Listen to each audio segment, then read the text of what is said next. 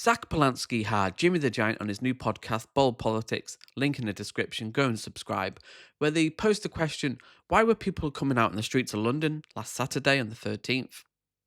And how do we potentially appeal to these people? Do we? And do we sometimes alienate people on the right? Let's get straight into the clip.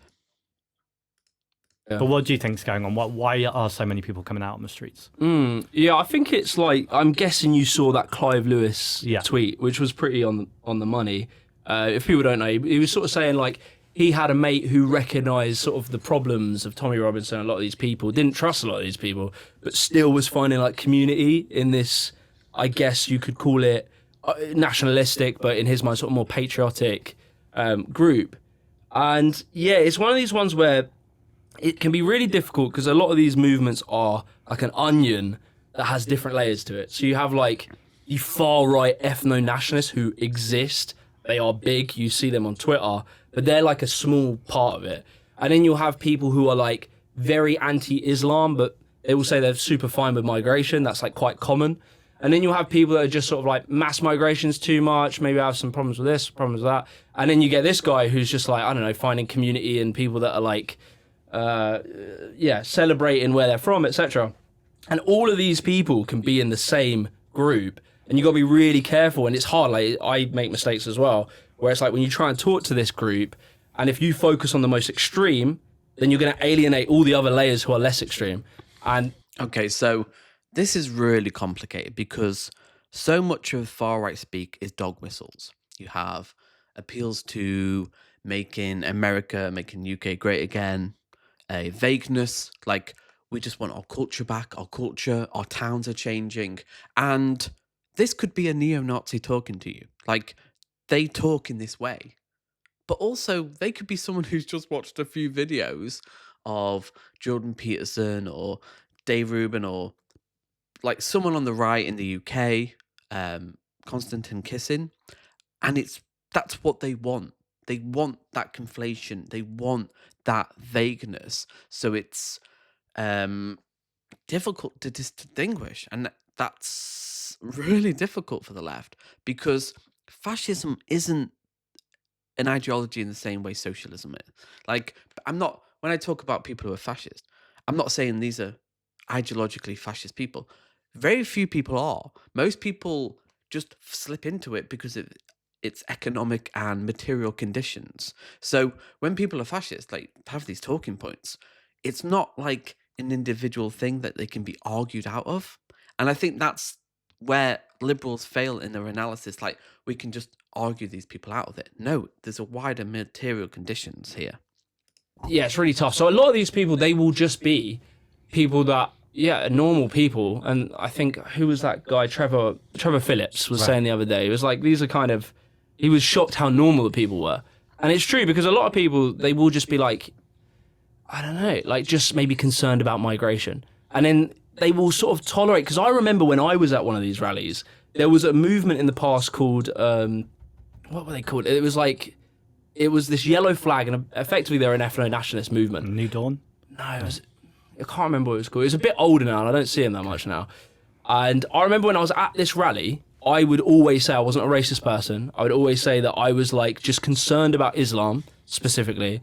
And I really didn't like the fact that this other organisation was there. And all being true that we were in the same room sort of supporting effectively to the same ends, the same politics. And I guess that's our argument, is that no matter how deeply invested you are in it, maybe you're not an ethno-nationalist, maybe you're not even anti-Islam, maybe you just have some problems with mass migration, we feel like typically on the left that these politics tend to filter to the more extreme point. True, but also they lie constantly. So someone will say, oh, I've got legitimate concerns, and you don't know where they are on the spectrum. Are they just someone who genuinely does have legitimate concerns about immigration and the potential negative impacts and how we can solve those and mitigate those? Or are they just dog whistling to something a lot more pernicious? Like, that's what I really struggle with, because it's like, what do these people believe? Because they often are very dishonest.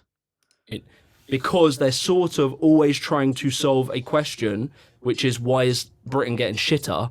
But their analysis is from the complete wrong perspective. They think everything is to do with cultural decisions of individuals, of groups, rather than material elements of inequality, housing, jobs, etc. So they're sort of chasing the wrong scent, and it can eventually lead to a point where that ethno-nationalist tiny movement becomes bigger and bigger because they offer the next step. They're like, look, you guys were wrong. It's not about mass migration. It's not about Islam. It's actually about the white, we need to keep an ethno-pure nation. And it can go like that. And that's why it can be quite hard to talk to this, because sometimes we're trying to critique the extreme element. Right. And we alienate all the other layers who aren't that, but we're trying to warn them. But that can be easily misinterpreted as we're saying, all of you lot are fascists, all of you lot are this, and they're not all going to be fascists. Yeah. I agree with that, but they will have fascist talking points. Doesn't mean they're ideologically fascist. Very few people are. But we're in a position now where, not that long ago, like, it was a bannable offense to be a Nazi on Twitter. Now it's just been normalized. You can just say whatever you want, some of the most insane, far-right talking points, and that trickles down. And when you have these talking points about the Great Replacement Theory, remigration, these, like, it's the culture, these really just day-to-day talking points now, like, how do you deal with this? And I think, thinking about, you've got to step back a little bit. I think leftists are so self-introspective. We need to step back and go, okay, over the last 400 years, there's been inevitable backlashes. There was backlashes towards the suffragettes. They were hated during their times. MLK was hated pretty much in the 1960s. There's a Gallup poll from 1966 where 2/3 of the American people had a negative opinion of him. He was only really sanitized and valorized after his death. Maybe if he wasn't assassinated, we'd look at him very different. But it's that time and distance that makes people go, oh yeah, of course. But at the time, people were alienated, white people were alienated by the premise of black people being equal. And although we have to try it, like, don't consciously alienate people, obviously, that's what leftists have been doing for 200 years now, 400 years at least. There is an inevitable element of alienation when you're kind of calling people's unethical behavior out. It's how we negotiate that, okay? Like, because racism, not that long ago, people knew it was bad. Like, they were like, yeah, racism is unacceptable. Now it has been normalized in day-to-day society. And we need to go back to that place where, oh yeah, actually racism is really harmful, isn't it? Like, yeah, we shouldn't judge people on their skin color, ethnicity, culture. We should go, okay, how people are, treat them again for their character.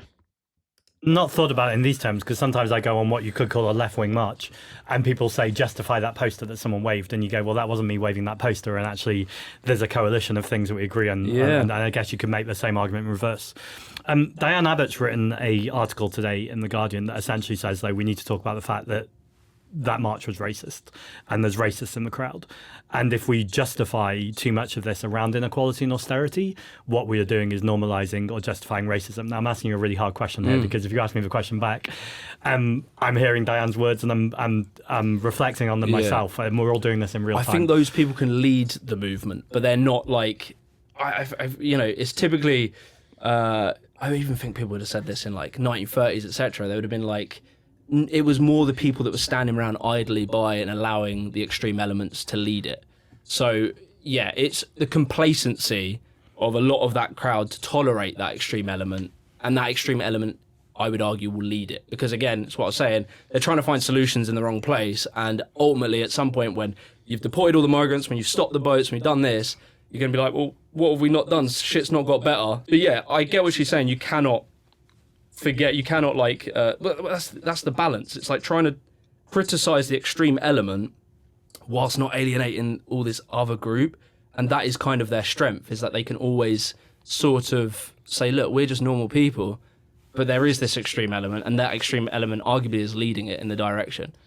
And that's where they kind of do win, because they just say, "Oh, look, normal people." Yes, most people, like even racists, neo-Nazi, will probably have lives and jobs. Like they are people. Like we're all people. Like, and this is where, yeah, it is a balancing act. It is, and the waters have been so muddied on the far right of what people believe. It's like it really does make it harder than ever to kind of isolate what they believe. Like when they talk in a very similar way. Like someone who maybe is center right will be talking in the same way as a neo Nazi. Like, how do you not alienate someone by calling out their dog whistles and fascist talking points and anti-trans, anti-immigration? Like, like it's very hard. Because if you know, there's working class people there walking, and they're watching Elon Musk, you know, a multi-billionaire, tell them what they need to be doing in their country, classed as patriotism.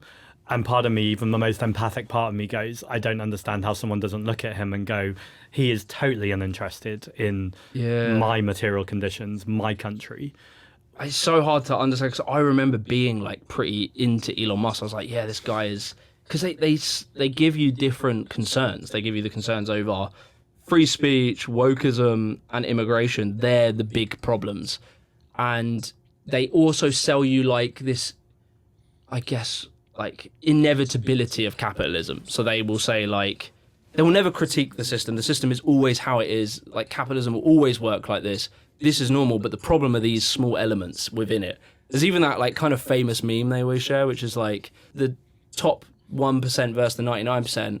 Like the classic image is we should be like going after this 1%, but then they edit the image to have like it halved. So it's a percentage of the 1% you should be worried about and a percentage of the 99% you should be worried about, which is like the enemy from within kind of rhetoric. But yeah, it's so strange, because I remember thinking he was like a liberator, which is insane. Because like, what would it be of his interest to give a shit about Britain? I don't. Has he? I'm sure he's been to Britain, but he knows fuck all about Britain. But somehow, I suppose when you're in this desperate mindset, it's like there is this element of power and strength that you're kind of attracted to, because that's also part of the narrative of like, from that angle, why society is crumbling. It's because we become weaker, become too empathetic, we're allowing too much, too many human rights, too many stuff like that. And then he represents this kind of like somehow strongman narrative, which I wouldn't say he comes really across like that, but somehow he works like that. But it is so weird, that disconnect of like, this is literally the wealthiest, most influential man on earth, and somehow he cares about the little people. Right. And it's insane how they keep that in the brain. But I've done it. I used to think that. And that's where you get back to emotions. It's all emotion. They don't care about the facts. They won't look at the fact that he is the wealthiest man on the planet. He objectively has no class interest aligned with the average working person. And because that's what I confront on a daily basis. It's like people trying to argue with me in the comments. And it's never an argument. Very rarely do I hear arguments from the right and evidence posed for solving an issue. They don't think like that. It's all about power. It's all about perceived strength and weakness. It's all about, just maintaining the status quo, essentially. Like they want to go back to some illusory time where things were great. And if we just did that, if we just got rid of these people, the lefties, the wokies, everything would be okay. But this isn't based in reality. There's no evidence for this. There's no real argument for this. And how do you deal with someone? Like, how do you convince people? And really, these people on the right, the far right, cannot be convinced. And we probably shouldn't be doing it. We should focus our time on people who are susceptible to evidence, data, and arguments, and really try and bring them over and go, actually, yeah, they clearly aren't interested in solving climate change, affordability of housing, the NHS. How do we solve these problems? Like, well, this is what we need to do. We need to tax wealth. We need to kind of not demonize evidence and experts and defer to them a bit more, because Brexit was a disaster. Maybe, after the losses to our economy from Brexit, maybe we need to have a bit more of a sensible debate driven by data. But they don't want that. And that's where it's an impossible debate. You are going to alienate these people because they are not interested in solving problems. This is fascism, and it's not an individual moral failing, it's the system decaying, entropy, inertia, where people want a simple solution, a simple enemy. It's the left, it's migrants, it's small boats. And historically, it's never really gone to a good place. And we need to nip it in the bud. We need to ban Nazis from Twitter again. We need to really crack down on this. It's a free speech issue. It's an ethical issue.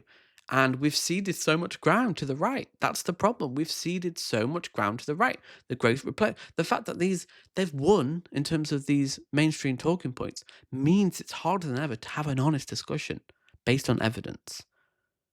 And on that dark note, that really, really dark note, hit the like button, and I'll see you next time.